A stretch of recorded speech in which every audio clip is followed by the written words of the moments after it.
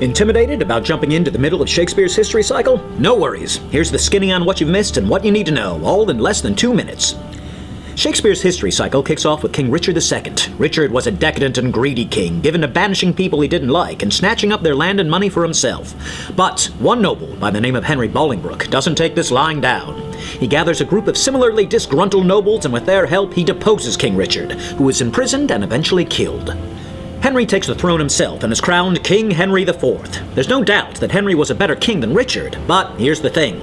Because Henry took the crown by force rather than inherit it through the line of succession, lots of people start asking if his claim to the throne is legit.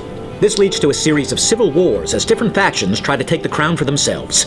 The main struggle is between the House of Lancaster, to which King Henry belongs, and the House of York, another powerful branch of the royal family tree.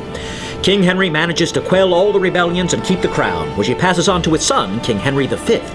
He also passes on a bit of advice. In order to unite the fractured country and divert attention from his questionable claim to the throne, he suggests his son go to war with a foreign nation.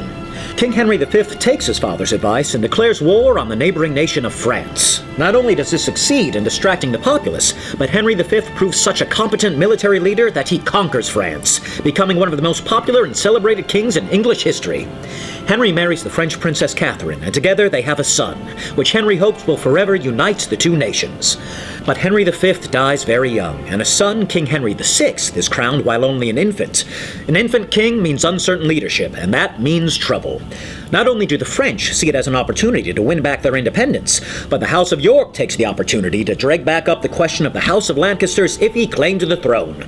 As young Henry grows from a boy to a man, will hostile forces from without and within tear the kingdom apart? Don't miss the next chapter of Shakespeare's Game of Thrones, King Henry VI.